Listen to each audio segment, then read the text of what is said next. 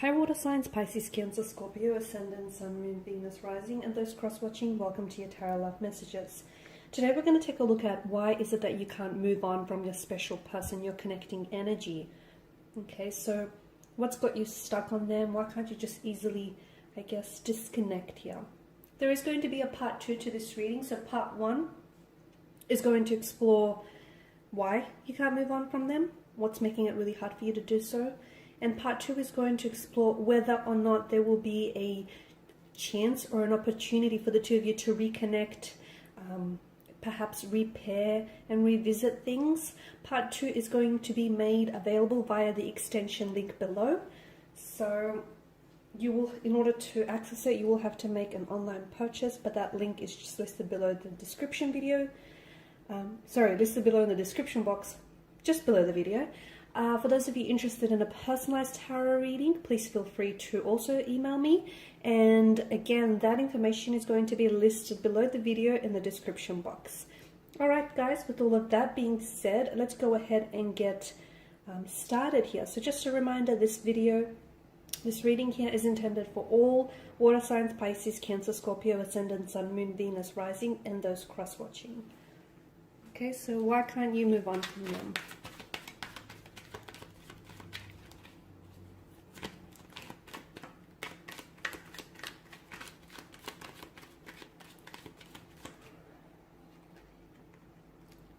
Okay, it's kind of come out in reverse, right? We all saw that. So Ace of Pentacles.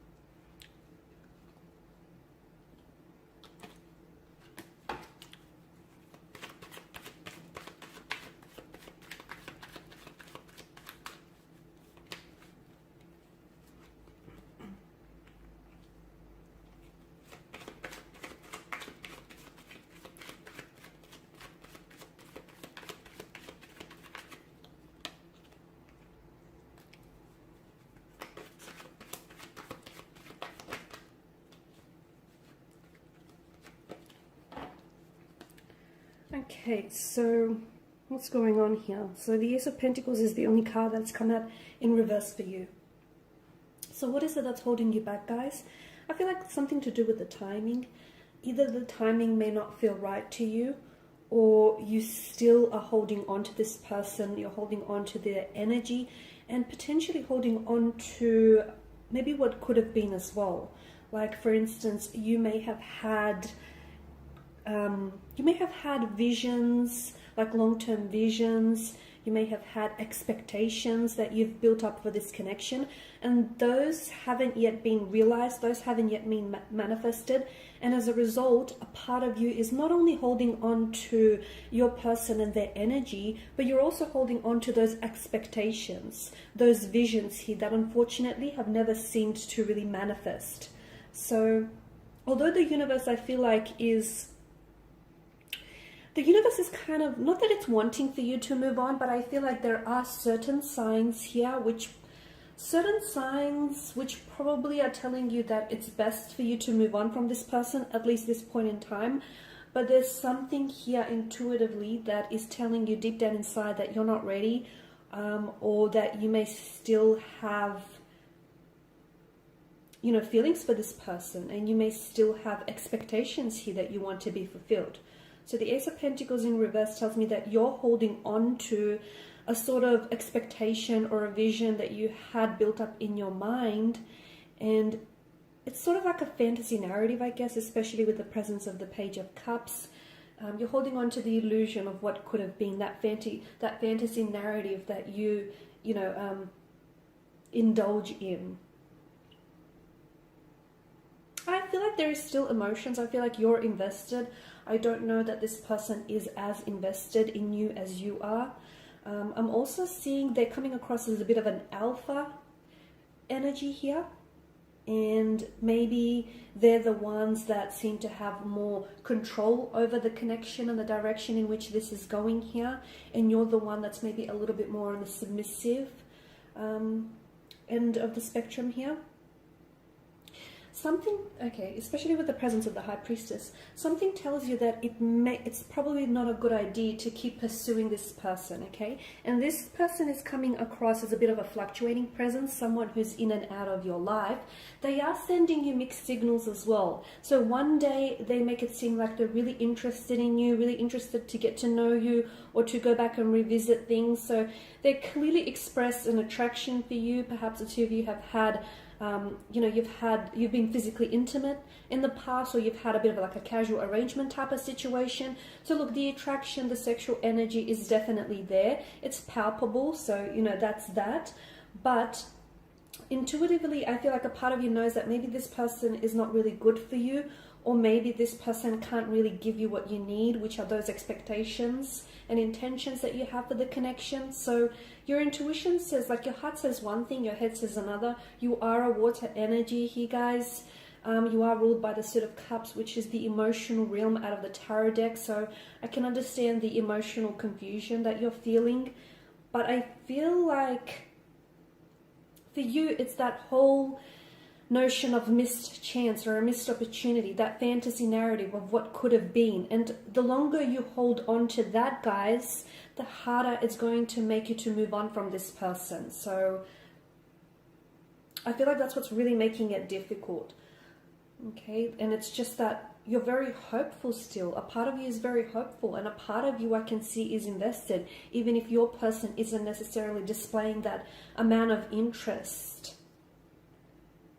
Be careful what you tell yourself, okay? Be careful the narrative that you tell yourself or the narrative that you choose to believe in, because I do see that there's this sense of missed chance, lost opportunities, lost possibilities, feelings that you might have had for this person and you may still have for this person as well.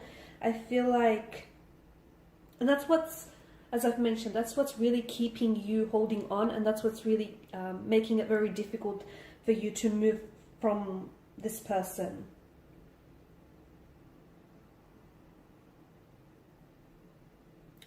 They are coming across as a bit of a player type of energy, and I feel like with this person, like, they know that you're very attracted to them. They understand that.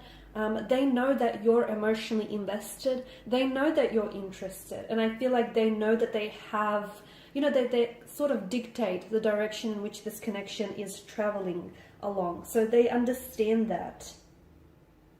But be careful, because I feel like this person is someone who is toying with you, okay? So if they understand all of that, despite understanding that, why is it that they continue to be this in and out presence? Why is it that they continue to send, to sort of string you along or send mixed messages? It's not fair to you here. It's not.